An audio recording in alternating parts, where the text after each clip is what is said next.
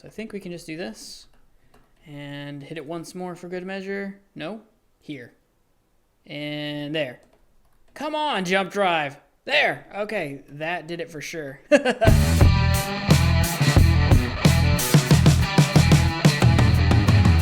Ahoy, salty dogs! My name is Lenscap, and welcome to StarMade. We are not on the Star Squadron server at the moment. Currently, we're in a single-player world that I have. I was going to work on some ships and stuff to start off this episode. I normally would start an episode on the Star Squadron server and then transition to single-player at some point if we're going to do this kind of thing. But I can't connect to the server. I updated. Server didn't update yet. Oops. But I still wanted to put out some content, so we're just going to start here and work on this. So my project for today, I've got a couple of things that I want to accomplish, but the very first thing I want to do involves our fleet here. So we've got 3 ships in our fleet. Well, we've got more than 3 ships in our fleet, but we've got 3 different types of ships in our fleet. And I wanted to make a couple of changes to these bad boys, to these little ships, and kind of start there. So the first one we're going to work on is this one. This is the Bedlam Class. This is our fighter. I released this ship recently. If you haven't seen it before, check out the video where it comes out. So the first thing I want to do is fly around, give it a once-over, make sure we're not missing any blocks or anything. I don't think I am. I think it looks pretty good. I remember there was a block missing here. Yep, that's still a problem. So let's fix this. I just spawned these ships in. So I'm in creative in this. I always build my ships in creative and then spawn them in on the server. Sorry. It's kind of cheaty a little bit, but that's how I like to do things, I guess. What else do we have? This had a problem, but we fixed it. All right, so that all looks good now. The changes I wanted to make, though, were not exterior changes necessarily. They were changes with ship systems. So if you look, this ship only has a thrust to mass of 1.2, so it does not accelerate or decelerate very quickly. I wanted to change that a little bit. I think the easiest way to change this is to get rid of the jump drive. Now, we're not going to get rid of the whole of the jump drive, but we are going to massively decrease the size of it. And we're going to swap it out for thrusters. That was my plan. So what we're going to do, we're going to select the jump drive and then kind of fly through the ship and find out. I don't remember where I put the jump drive. It looks like it's here. Yeah, this is it. So the first thing I'm going to do is replace this massive section that's all jump drive and put all thrusters here. Now there are some more jump drive modules in this hallway. I use them for decoration, but they function. So I'm going to leave those as jump drive and just call these like 9 jump drive blocks or 10 blocks or whatever. That's my whole jump drive for the ship, and it'll just charge really, really slowly. But that's fine. We don't really intend to flee from a fight. That's not really my bag, so we're not going to do that. What we are going to do, though, is, oh, by the way, before we started this, I love the new menus. Gosh, they're so good looking. They're so sharp and clean. Ooh, it just makes me so happy. Okay, let's do this. Oh, and this, like, it looks so modern and good and better than it did before. But we're going to use the remove replace tool. We definitely want to replace with active slot, and we're going to replace jump drive modules. So now all I have to do is advanced build mode, and I think I just need to like right click somewhere here-ish, and that did it. That did it. So we still have the jump drive selected. See, it's got C. It's got C on it. So I still have these are attached to it. But now over here, oh, there are a few that we missed. But we can fill these out real quick. We still have the thing. So I think we can just do this. And hit it once more for good measure. No? Here. And there. Come on, jump drive. There. Okay, that did it for sure. All right, and now our thrust mass ratio went up to 1.5, that's it? Oh, we only got 0.2? Oh, man. All right, well, we're going to have to do something else. We're going to need to replace another system with thrusters because this thing has to be way faster than it is. The only other system, really, I feel like comfortable sacrificing.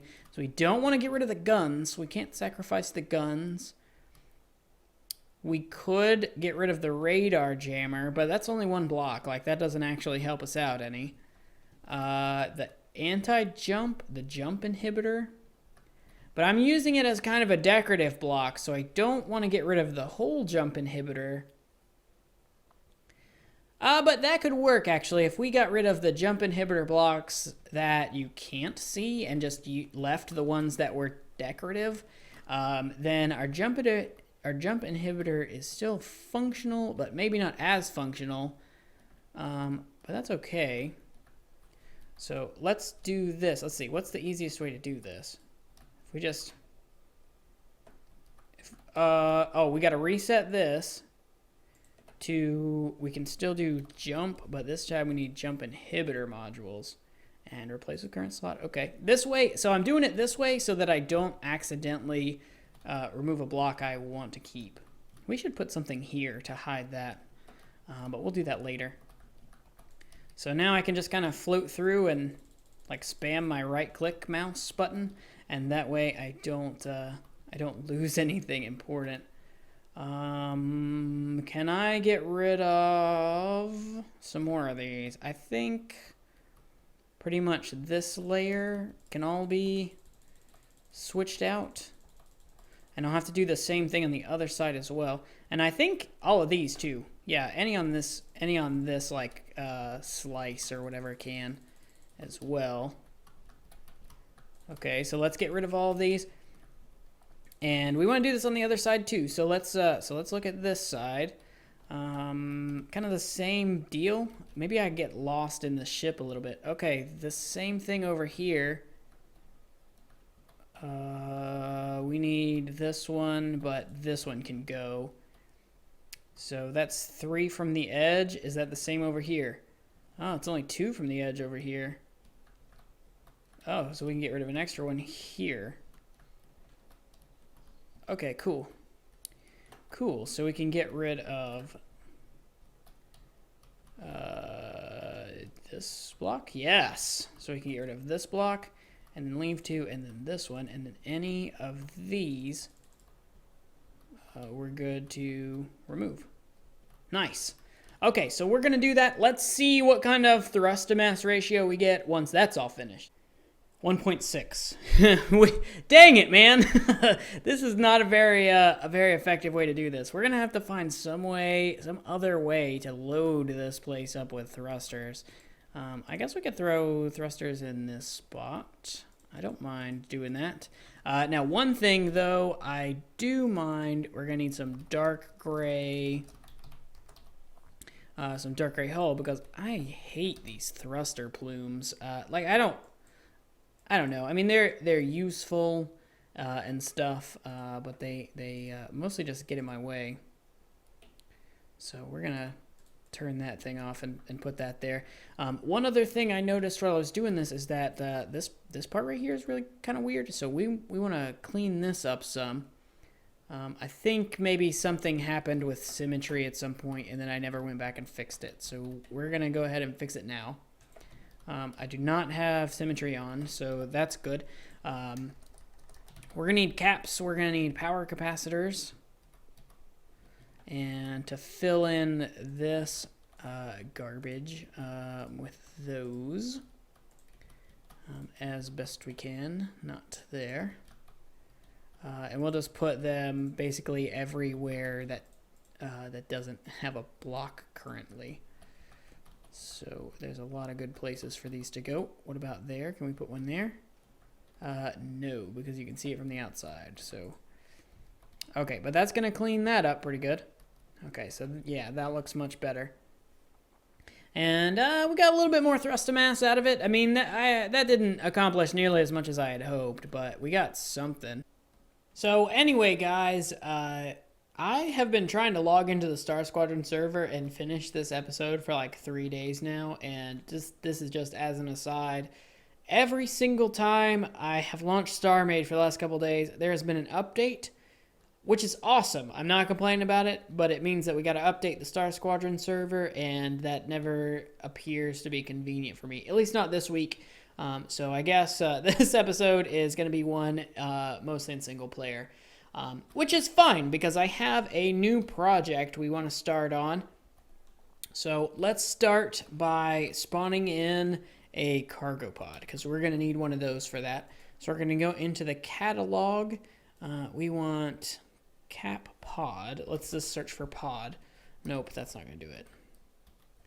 Container, that's what I called it. Okay. So we're going to load this in. Now, this is like an old version of my containers, like a really old version of it. But that's okay because all we really need is the... Oh, I bet this has the wrong dimensions, doesn't it? Yeah, it does. Okay, one sec. I'm going to mock up a cargo container real fast. Okay, so this is the most basic cargo pod you can come up with. In fact, it doesn't really count as a cargo pod. This is more like a mock-up. It's just a core and some dockers with the right dimensions. So 9 by 9 by 17. This is the size of the cargo pods. Now, for our project, for the next thing I want to work on, I've been doing a lot of work with the cargo pods. Of course, that's kind of the whole focus of our season of Star Squadron so far. Not just me, but everybody. Has been these cargo pods, and I'm ready to build a way to move them around.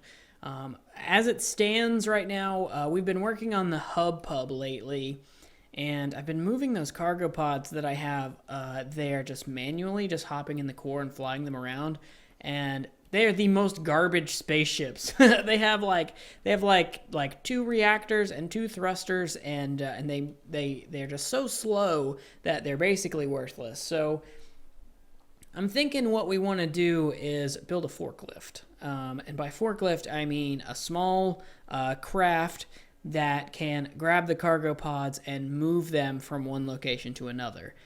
If we do that, we can completely remove the guts from the pods, so they're just hull and cargo blocks, which is the most desirable outcome for us.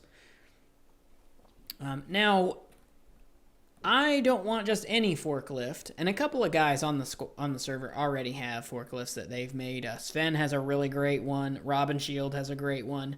I don't have one, but you know me, I have to go big and go crazy with it. So I'm gonna make something really weird, and hopefully we can make it work. So I have in my head an idea for one, a vague idea for what I want. But I have a few parameters that I want to meet as we build this, and hopefully we can at least get the project started today. I don't think we'll be able to finish it today, but we can at least get it started today. The first parameter I want is that I want it this size. So for example, if we have a freighter, which is probably going to be the next size ship we work on. We're going to do a freighter in this fleet style probably next. I want to be able to hold a couple of cargo pods and be able to dock our forklift in the same space. So that's parameter 1. It can be no bigger than the cargo pod maximum itself. Parameter 2, I want it to move. And by move, I don't just mean like I want it to be able to fly around. I mean, I want it to have moving parts. I want it to like transform almost. So like it comes out of its slot in the freighter, and then you hit a button and like parts extend out to the sides to grab the sides of the pods and something like that. I want it to be able to, like, I want it to be animated. I want it to do stuff. And I'm not quite sure what kind of design I want, or what kind of shape or anything really. I have this vision in my head of something kind of like spindly and like with like long slender arms and almost like an alien feeling kind of thing, like H.R. Geiger feeling. I don't think I'm going to be able to pull off what I'm imagining, but yeah, with like long spindly arms or something that unfold and do this really weird thing. It's hard to describe because it's just in my head. I don't even have an idea really, but that's what we're gonna work on. So I think we're gonna try and make this really interesting. Oh yeah, so part one of the logic is ready to go. Or I guess the rails, is it logic or is it rails? It's kind of both. I'm not entirely sure. So I've got two inner ship remotes. One is toggle arms, one is pod release. So the pod release obviously lets go of the cargo container. The toggle arms, though, does this. Nothing happened. Okay, hit it twice. Aha, there we go. So now we've got arms that reach out and can grab onto the pod. Now, I made a miscalculation, though, when I measured the arms, and when they are pulled in like this, yeah, they're still one block too big, so darn it, man. I'm going to have to cut those down, but once I get that, then the arms will be the right size to fit in the cargo container still. There is one flaw with this design so far, and that is that once I cut down the arms by one block, it's going to be exceedingly difficult to actually grab onto the pod because the arms will touch the sides and potentially send the pod flying. Another problem is that there's no way to see what you're doing from the grabber section. You kind of have to do this, like if you double tap right shift, then it like releases the camera. You can still move left, right, up, down, forward, back, and stuff. But you can't like rotate like left and right, because the camera's loose. So instead of rotating, you just kind of rotate the camera. But if you can get close enough, lined up with the pod, then you can just kind of inch forward and it'll grab and dock. And when it does, as you can see, the camera switches. But then we can kind of slow down. And we're very slow. We're very slow because the pod has lots of cargo in it. I wanted to make sure it worked with full pods. Otherwise, what's the point? And yeah, and we don't have a lot of thrusters. I wanted to get the core components done before we started adding thrusters and power generation and that kind of stuff. It has enough thrusters to move a little bit. So we can move very, very slowly, which is fine for a forklift. It doesn't have to be super fast. So I'm not looking for like battleship speeds out of this thing. I'm looking for, moving cargo containers a little ways. I didn't fill the container up all the way, but I think that's as much cargo as I can fit in my containers on the server. So that'll be a good enough test. But anyway, I've got a little bit more work to do on the arms. Let's do this real fast. So the pod release, we can hit that and then back up. Hit that and then back up. And we're no longer connected to the pod. So I'll show that off. I'm going to fix the arms and then decide what the next thing we're going to have to do is. And we'll be back in a moment. All right, so here's what we've got so far. I was able to fix the arm length so they'll fit inside the cargo pod dimensions. I haven't actually looked to see how long this is. Let's just kind of float up next to this thing and see how we're doing on the length. Yeah, we're too long. This is crazy. This is crazy. Okay, so we'll have to shorten the arms, I guess, by 2 or 3 blocks. Gosh, man, I don't know about this. These parameters I set for myself are gonna be really tight. We might be able to shave off 1 block and fit. It's going to be tight. I don't know. I think we could do it, though. I think we could do it. But, so here's the problem. So let's go back into, like, regular flight mode. We'll go ahead and extend our arms. Here's what I was talking about in the last clip. So, if we try and grab the pod now, unless we are exactly perfectly aligned with it, which is basically impossible, we will just kind of bump it with the arms because they're not out far enough. So I'm not sure how to rectify that. Yeah, see, we can't get it, and we just kind of send it offline. So that's going to be something I'm going to have to ponder on a little bit further. Okay, so I slept on the problem and thought of a great solution. So now I have implemented said solution, and here we go with the results. I also added one more function, so let's take a look. The answer, though, fellas, green rails. What are they called? Pickup rails. That's the answer. Excuse me. Pickup rails. So you can't dock an entity directly to a pickup rail. You have to use a pickup point. Or if you use this, create docking, you can create a docked entity on a pickup rail. So that's what I did to create the arms. And they work beautifully. I added in a secondary feature as well so that when a pod, or when anything really, but when a pod is docked to the forklift, the arms close on it. I haven't been able to get the camera to watch the arms actually closing, but they do close, so it works. Excuse me.